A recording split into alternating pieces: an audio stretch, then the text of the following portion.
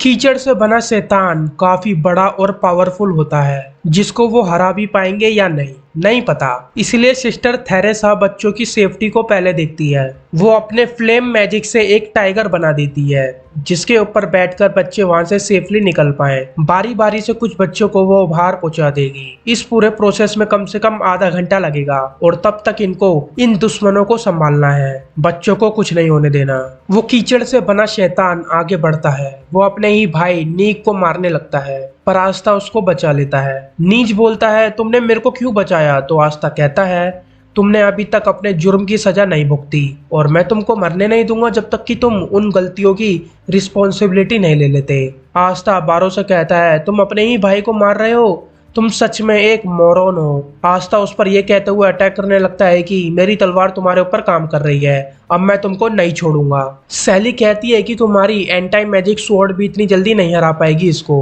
तुमने देखा था ना, मैंने इसके अंदर डार्क मैजिक आइटम को इंजेक्ट किया था, जिसने 12 की लाइफ फोर्स को अपने अंदर निगल लिया, जिससे एक explosion of magic power produce हुआ। आस्था उस शैतान को बार बार अपनी एंटी मैजिक स्वॉर्ड से कट कर देता है, पर वो बार बार अपने आप को रीजनरेट कर लेता है। मौका देखते ही सैली आस्था पर हमला कर देती है, पर सिस्टर थेरेसा उसको बचा लेती है। सैली कहती है, तुम मेरे रास्ते में आना बंद करोगी? मेरे पास टाइम नहीं तुम जैसी बुढ़िया से निपटने का, जिसका मैजिक एकदम ड्राई हो गया हो, जिसका मैजिक सूख गया हो, मतलब कि बहुत कम हो गया हो। तुम अपनी जुबान संभालो नौसिखिया। माना कि मेरी एज में मेरी बॉडी कम मैजिक प्रोड्यूस होता है, बट हम हमेशा अपनी एबिलिटी को नेचुरल माना से इंक्रीज कर सकते हैं।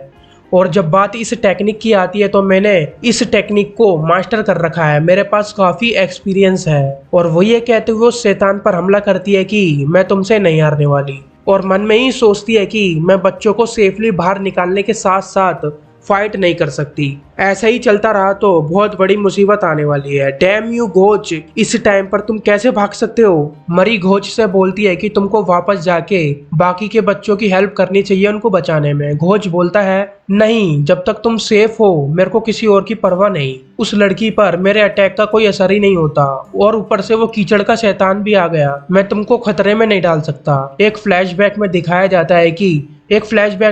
जाता है कि कुछ लोग घोच की फैमिली से चिढ़ते थे, उनसे नफरत करते थे। घोच एक रॉयल फैमिली से बिलोंग करता है, और एक दिन वो लोग घोच के पेरेंट्स को मार देते हैं या मरवा देते हैं, और पेपर्स पर लिखवा लेते हैं कि घोच के बाप की जितनी भी जायदाद है वो उनके नाम हो गई। वो लोग घोच और मरी को उनके ही घर से निकाल देते हैं। घोच कसम खाता है कि वो मरी को कभी भी कुछ नहीं होने देगा। मरी की स्माइल के लिए घोच कुछ भी कर सकता है। वो खाना चुराकर मरी को खिलाता था। वो रॉयल फैमिली के बच्चों को पकड़कर उनसे पैसे छीनता था, ये बोल के कि शाही घराने का तो काम है मेरे जैसे जरूरतमंद लोगों की मदद करना।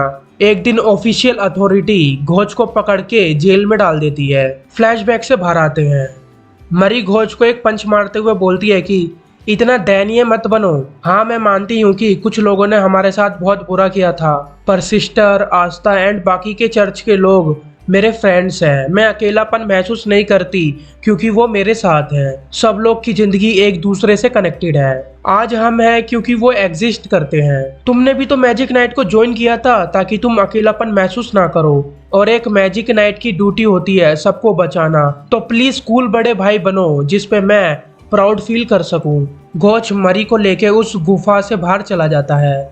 उधर मार्को के साथ कुछ बच्चे होते हैं। उधर मार्को होता है। घोच मार्को से पूछता है, हे बच्चे, ये मैजिक नाइट का रोब तुमको कहाँ से मिला? तो वो बोलता है, ये मेरे को आस्था ने दिया ताकि मैं डरूं ना, ताकि मैं अकेलापन महसूस ना करूं जब वो बाकी के बच्चों को बचा रहा होगा। मरी घोच से बोलती है, मैं मार्को के साथ इधर हूँ, मैं तुम्हारा वेट करूंगी, तुम जाके उनकी मदद करो। मार्को बोलता है, तुम टेंशन मत लो, मैं मरी को कुछ नहीं होने दूंगा। घोच मार्को को बोलता है, मैं तुमको छोड़ूंगा नहीं, अगर मरी को कुछ भी हुआ तो सिर्फ बॉडीगार्ड बनने से काम नहीं चलेगा।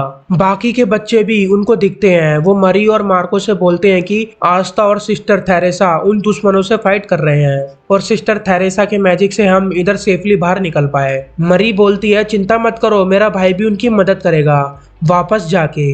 मेरा भाई और आस्था एक ही मैजिक नाइट स्क्वाड में है। घोच सिस्टर थेरेसा और आस्था की ओर वापस जा रहा होता है, ये सोचते हुए कि ऐसा क्या खास है आस्था में, यामी और बाकी के मेंबर में उसका काफी क्रेज है। पर थोड़ी देर पहले वो उस लड़की के सामने यूजलेस था। अब तक तो सिस्टर थेरेसा और आस्था दोनों ही हार मान के खुद की जान बचाने के लिए भाग रहे होंगे। इस दुनिया में यही तो होता है, सिर्फ अपने को बचाना। जैसे ही वो वहां पहुंचता है तो वो देखता है कि आस्था और सिस्टर थेरेसा उनसे लड़ रहे हैं। आस्था स्ट्रगल कर रहा है उनके सामने और कहता है not yet, I am not done. Sally बोलती है तुम क्यों ना उनको बचाना बंद करो और खुद को मेरे हवाले कर दो। आस्था बोलता है कभी नहीं, मैं एक मैजिक नाइट हूँ, तुमको पहले मेरे को मारना होगा। घोच शॉक्ड होता है, क्या ये पागल है। आस्था उस कीचड़ के शैतान पर हमला करता है, पर वो कीचड़ का शैतान भी आस्था की ओर अटैक करता है राइट साइड से। घोच आस्था को बचाने के लिए उसको लात मारता है ताकि वो उस शैतान के हमले से बच सके। घोच बोलता है ये बोलना बंद करो कि तुम नहीं मरने वाले, जबकि तुम लगभग मर ही चुके हो। आस्था कहता है तुम भागे क्यों थे। घोच बोलता है मैं भागा नहीं था, मैं तो सिर्फ मरी की सेफ्टी चाहता था। घोच अकेले ही सैली से लड़ने लगता है, ये सोच के कि मैं मरी की तरफ से लड़ूंगा, जिससे उसको मेरे पे प्राउड फील हो सके कि मैं कूल हूँ। वो अपने रियल डबल से पूरी जान लगाकर रिफ्लेक्ट रिफ्रेन से अटैक करता है। वो उस कीचड़ से बने शैतान को जगह जगह से तबाह कर देता है, पर वो तुरंत अपने आप को रीजनरेट कर लेता है और सैली को तो वो कुछ कर ही नहीं पाता। सैली का सैलेमेंडर घोच के अटैक को रिफ्लेक्ट कर देता है। घोच को यामी के बाद कोई अपोनेंट इनकम्पैटिबल लगा है। क्या मैं अपने ट्रम्प कार्ड चलूं? नहीं, मैं कितना भी स्ट्रॉन्ग मिरर मैजिक यूज कर लूं उससे कुछ नहीं होगा। वो शैतान घोच को पटक देता है जमीन पर और उसको मारने वाला होता है कि आस्था उसको बचाकर कहता है तुम पागल हो क्या जो अकेले फाइट कर रहे हो, हम दोनों एक ही टीम से हैं तो हम साथ मिलके लड़ेंगे। तुम मेरे को बचाना, मैं तुमको बचाऊंगा। इसको कहते हैं फुल प्रूफ स्ट्रेटेजी। घोच कहता है मैं इसको कहता हूँ स्लोपी स्ट्रेटेजी। तुम सच में एक लापरवाह इडियट हो, मैं ऐसे ही एक लापरवाह को जानता हूँ और वो है यामी। घोच फ्लैशबैक में चला जाता है। जब घोच जेल से भागा हुआ एक अपराधी होता है, यामी उसको पकड़ लेता है, पर घोच फिर भी यामी से लड़ने की कोशिश करता है क्योंकि उसकी बहन मरी उसका इंतजार कर रही होती है। यामी बोलता है अगर वो तुम्हारे लिए इतनी ही इम्पोर्टेंट है तो मेरी मैजिक नाइट स्क्वाड को ज्वाइन कर लो। घोच कहता है पर मैं एक जेल से भागा हुआ अपराधी हूँ जो किसी पर भरोसा नहीं करता और हमेशा अपनी बहन के बारे में ही सोचता है। यामी बोलता है ठीक है कोई बात नहीं, मैं नहीं रोकूंगा, जिसको भी प्रोटेक्ट करना है तुम करो, एक दिन इसी वजह से तुम किसी की मदद करोगे। फ्लैशबैक से बाहर आके घोच सोचता है कि कैप्टन यामी तुमको पता था कि एक दिन होगा। आस्था उस शैतान को संभाल रहा होता है और सिस्टर थेरेसा बच्चों को वहां से सेफली निकाल रही होती है। अब थोड़े से ही बच्चे बचे होते हैं जिनको बाहर निकालना है। वैसे तो घोच बहुत सेल्फिश है, उसको अपनी सिस्टर के अलावा किसी और से कोई मतलब ही नहीं, पर वो मरी की ही वजह से अब इनको प्रोटेक्ट करने के लिए तैयार हो जाता है, ये बोलते हुए कि अगर तुम लोग मर गए तो मरी बहुत सैड होगी और गुस्सा भी। सिस्टर बोलती है क्या ये वही घोच है जिसे मैं जानती थी, ये कब से इतना कोऑपरेटिव बन गया। आस्था बोलता है तुम एक टीम मेंबर ही तो हो, ऐसा क्यों दिखा रहे हो कि तुम हमको बचाकर बहुत बड़ा फेवर कर रहे हो। घोच बोलता है तुमको अपने सीनियर से बात करना सीखना चाहिए। आस्था की दूसरी वाली सोर्ड चमकने लगती है, बिल्कुल वैसे ही जैसे डंजन में चमक रही थी। उस टाइम आस्था ने नोएल की पावर को समन किया था अपनी स्वॉर्ड में, तो आज घोच की पावर को समन करता है और उससे उस डीमन पर अटैक करता है, उसका एक हाथ काट देता है। सैली आस्था से पूछती है कि तुमने अपनी एंटी मैजिक स्वॉर्ड से वो स्लैशिंग अटैक कैसे किया। घोच उस शैतान पर हमला करते हुए सोच रहा होता है कि अगर हमको इस शैतान को हराना है तो हमको इसके ऊपर एक बार में कई बार हमले करने होंगे लगातार बार बार, वो भी टॉप स्पीड में, ताकि वो पूरी तरह से तबाह हो जाए और रीजनरेट ही नहीं कर पाए। सबसे इफेक्टिव आस्था का अटैक है, पर वो उतनी तेज स्पीड में एक बार में ही बहुत सारे अटैक नहीं कर पाएगा लगातार बार बार। वो सोचता है क्या होगा अगर मैं अपनी मैजिक किसी और पर यूज करूँ तो। घोच कभी किसी के ऊपर भरोसा नहीं करता, इसलिए वो हमेशा अकेले ही फाइट करता है। उसने कभी नहीं सोचा था कि वो अपने मैजिक को किसी और को सपोर्ट करने के लिए यूज करेगा, लेकिन अपनी पिछली असफलताओं और आस्था की अनिच्छा से स्वीकार करने के कारण वो एक न्यू मैजिक क्रिएट करता है जो कि फंडामेंटली सिमिलर है पिछले मैजिक से, बट पूरी तरह से एक अलग स्पेल है जो कि उसकी ग्रीमोर के नए पेज पर लिख जाता है।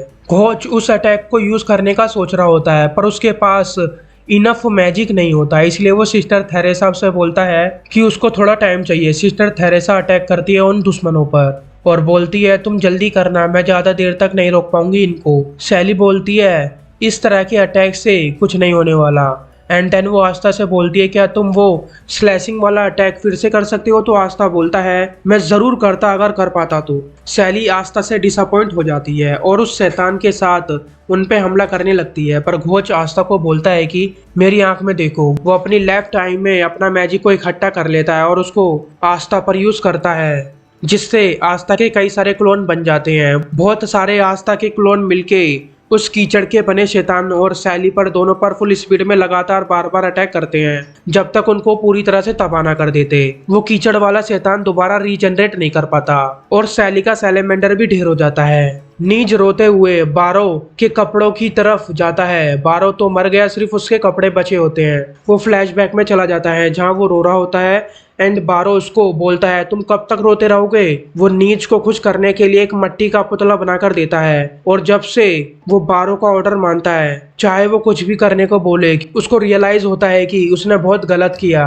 इसीलिए वो अपने और अपने भाई दोनों के लिए पूरी ईमानदारी से सजा काटेगा और वो ये भी बोलता है कि वो सैली को कभी माफ नहीं करेगा जो उसने बारो के साथ किया, उसको एक मॉन्स्टर में बदल दिया। आस्था कहता है जब तुम अपनी सजा पूरी कर लोगे हम दोनों दोस्त बन जाएंगे।